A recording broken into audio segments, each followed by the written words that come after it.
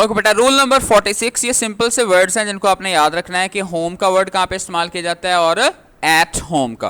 तो अगर तो आपका स्टे घर पर है तो फिर हम प्रेपोजिशन या एट इस्तेमाल करेंगे, लेकिन आप घर पे अगर पहुंच रहे हैं या घर की तरफ जा रहे हैं तो हम होम के साथ कोई भी वर्ड, कोई भी प्रेपोजिशन इस्तेमाल नहीं करेंगे। जैसे I am going to home जो है वो हम नहीं इस्तेमाल करेंगे, बल्कि क्या कहेंगे, आई एम गोइंग होम। ठीक है, तो जब घर आना और घर रीच करना है, जैसे व्हेन डिड यू रीच, तो इसके साथ अकेला होम इस्तेमाल किया जाएगा बेटा, कोई भी प्रेपोजिशन इस्तेमाल नहीं की जाएगी। ठीक है, तो आपको ये नोट्स मैंने ऑलरेडी शेयर किए हुए हैं, आप उन नोट्स के जरिए इनको अच्छी तरह से आपने इन सेंटेंसेस को याद करना है। नेक्स्ट है बेटा रूल नंबर 47, वो है कि ये अल्फाज वो हैं जिनके साथ आप आर्टिकल इस्तेमाल नहीं करते, ए, एन और दी इस्तेमाल नहीं होता। मसलन नॉलेज को आप ए नॉलेज नहीं कह सकते या नॉलेजेस, इसकी जमा नहीं बनेगी। इन्फॉर्मेशन को ए इन्फॉर्मेशन नहीं कह सकते या एन इन्फॉर्मेशन नहीं कह सकते। एडवाइस को एन एडवाइस नहीं कह सकते, इसी तरह ए न्यूज़ को एन न्यूज़ नहीं कर सकते, ना इनके साथ एस लगा सकते हैं, नॉलेजेस, इन्फॉर्मेशंस, एडवाइसेस, बल्कि इनके साथ हम क्या लफ्ज़ यूज़ करते हैं, some, any, a little, piece of वगैरह जैसे अल्फाज इस्तेमाल किए जाते हैं। ठीक है, so is there any news, क्या कोई खबर है या नहीं है, क्या आपके पास कोई इतला है, have you got any information, मेरे पास कुछ खबर है, I have got some information. क्या आपको मज़ीद कुछ फर्नीचर चाहिए, do you need some more furniture. ठीक है, तो इस तरह से आपने इन सेंटेंसेस को पढ़ना है। नेक्स्ट है बेटा बहुत ही इंपॉर्टेंट रूल कि हम लोग जो है, आप जानते हैं कि बहुत सारे लोग दुनिया में आए ही खाने के लिए। ठीक है, तो खाने के लिए जैसे डिफरेंट वर्ड्स इस्तेमाल किए जाते हैं टाइमिंग के हिसाब से, तो बहुत सारे आपके लिए तो ऑलरेडी मौजूद हैं। जैसे मिसाल के तौर पर हमारे यहाँ जो कल्चरली बेसिकली 2 वक्त का खाना खाया जाता था। ठीक है, तो एक सुबह टाइम और एक फिर शाम टाइम, बस। ठीक है, और वही ऐसा ज़बरदस्त किस्म का यानी तगड़ा नाश्ता होता है कि उसके बाद बुनियादी तौर पर ज़रूरत नहीं होती, पहले ऐसे था। लेकिन अब क्या है, और यूरोपियन कल्चर भी क्या है कि थोड़ा थोड़ा आपने खा ही जाना है, यानी ज़्यादा एक ही दफ़ा खाने की बजाय थोड़ी थोड़ी चीज़ें नहीं। तो बहरहाल नाश्ते के लिए बेटा क्या लफ्ज़ इस्तेमाल किया जाता है, ब्रेकफास्ट। ठीक है, तो ब्रेकफास्ट आप लोग कहते हैं, इसको असल में क्या कहते हैं, ब्रेकफास्ट। तो फास्ट नहीं असल में होता है, तो ना याद रहे, तो ब्रेक तोड़ना, फास्ट रोज़े को तोड़ना, यानी आप सारी रात अगर कुछ नहीं खाया है तो उसके बाद जब सुबह का पहला खाना उसे हम क्या कहते हैं बेटा, ब्रेकफास्ट।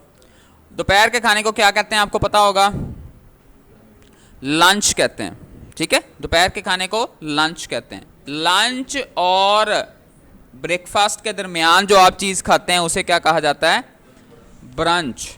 ठीक है, उसको हम ब्रंच कहते हैं।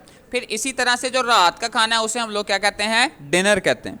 डिनर और लंच के दरमियान में जो शाम को आप कोई खाना खाते हैं वो क्या है, वो सपर है। ठीक है, तो ये इन वर्ड्स को आपने याद रखने की कोशिश करना है। तो किसी ख़ास खाने के साथ उस वर्ड को क्या किया जाता है बेटा, मखसूस अल्फाज में याद किया जाता है। ठीक है, जैसे एक शख्स था, उसको ये पता नहीं था है कि डिफरेंट जो टाइमिंग के खाने हैं ना उन्हें डिफरेंट नाम दिया जाता है। जैसे हमने कहा नाश्ता है या ज़ोहराना इसको कहा जाता है उर्दू में लंच को, और डिनर को क्या कहा जाता है, इशाइया कहा जाता है। ठीक है, तो एक शख्स था, उसको उसके दोस्त ने कहा कि आओ मैं तुम्हें नाश्ता कराता हूँ। तो वो नाश्ता पॉइंट पे उसे ले गया, फुल बेहतरीन उसने नान, चने, दलीम को, आमलेट और अच्छे से अच्छा नाश्ता, पराठे, परूठे, चाय, हर चीज़ वहाँ पर मौजूद थी।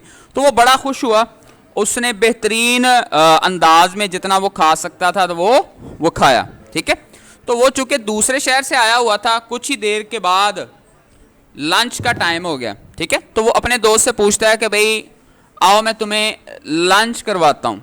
अब उसे नाश्ते का इतना ज़्यादा मज़ा आया था, वो कहता छड़ यार लंच नूच नू छड़, मैनू नाश्ता करा तू। यानी दोपहर के टाइम भी वो क्या कह रहा था कि नाश्ता करवा मुझे। तो जिसको टाइमिंग का बेटे ना पता हो तो हम खाना तो खाना ही होता है।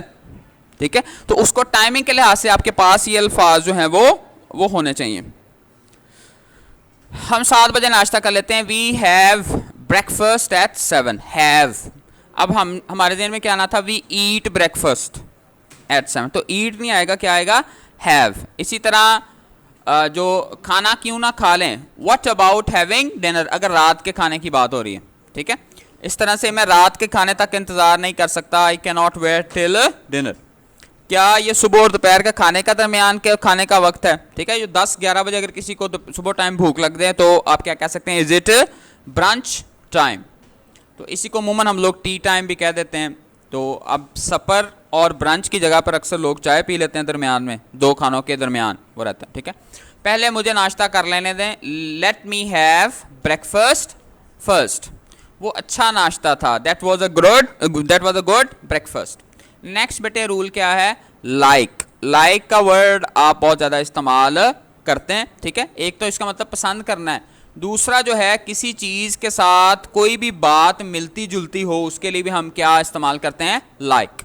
जैसे हम ये कहना चाहें कि फ़लाँ चीज़ जैसी है, जैसे this book is like that book, ये बुक उस बुक की जैसी है या उस बुक की तरह। ही बिहेव्ड लाइक बुश, उसने प्रेसिडेंट बुश वाला अंदाज अपनाया, ठीक है।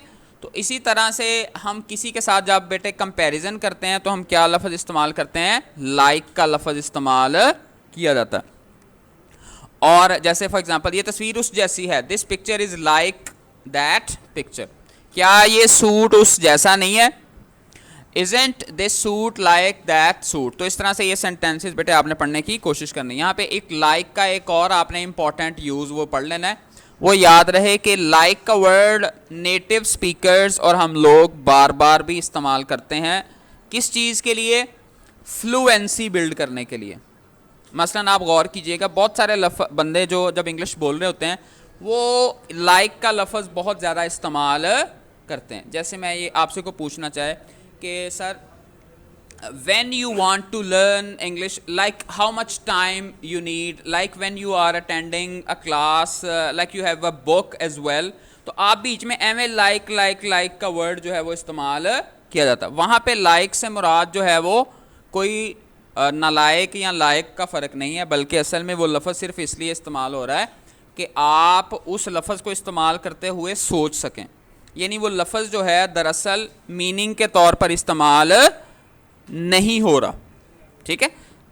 अब जैसे मैं बार बार आपसे पूछ रहा हूँ, अच्छा चलें आगे पढ़ते हैं, अच्छा चलें। अब अच्छा का लफ्ज़ यहाँ पे कोई तर्जमा इसका बनता है, बात आगे बढ़ाने के लिए है ना, तो आप शुक्रिया अदा करें, सर आपने हमें अच्छा कहा। अब अच्छा इससे मुराद अच्छा नहीं है। अच्छा चलो फिर आगे बढ़ दें।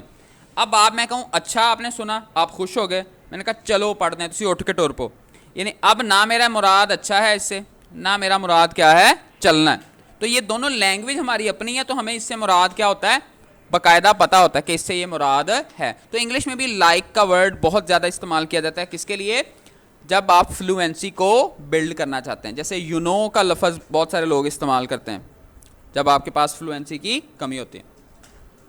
उसके बाद है बेटा लास्ट रूल आज का, वो है अलाइक। लुक अलाइक कहा जाता है, बिल्कुल डिट्टो कॉपी हो, एक जैसे दोनों लगते हों, या दो चीज़ें बिल्कुल एक जैसी हों, उसको हम क्या कहते हैं, अलाइक। अलाइक जुमले के कहाँ पे इस्तेमाल किया जाता है, आखिर में इस्तेमाल किया जाता है, ठीक है। तो एक जैसी अलाइक से पहले प्लूरल यानी एक से ज़्यादा चीज़ों का जिक्र होता है, कभी भी जुमले के बीच में अलाइक का लफ्ज़ इस्तेमाल नहीं होता। जैसे मैं कहूँ वो दोनों एक ही तरह से बात करते हैं, दे टॉक अलाइक, ये बड़ा मशहूर लफ्ज़ है, वो एक और के लगते हैं, वो एक जैसे ही लगते हैं, दे लुक अलाइक, ठीक है। जिन लोगों को आदत होती है ना वो शक्लें मिलाते रहते हैं, फ़लाँ शख्स की तरह लगता है, ठीक है। जैसे मसलन आपने किसी बंदे को शाहिद अफरीदी से मिलाना, आप कहेंगे he is a look alike of Afridi, look alike, ये लफ्ज़ ही मशहूर हो जाता है, ठीक है। फ़लाँ की तरह जो है वो लगता है, ठीक है। फ़लाँ जी लुक अलाइक है इमरान खान की तरह, या फ़लाँ जो है वो लुक अलाइक है शुएब अख्तर की तरह। कोई भी जिस शख्स से आपने मिलाना है, ये दो लफ्ज़ आप इकट्ठे कहेंगे, लुक अलाइक। लुक अलाइक का मतलब क्या है, एक जैसे लगना।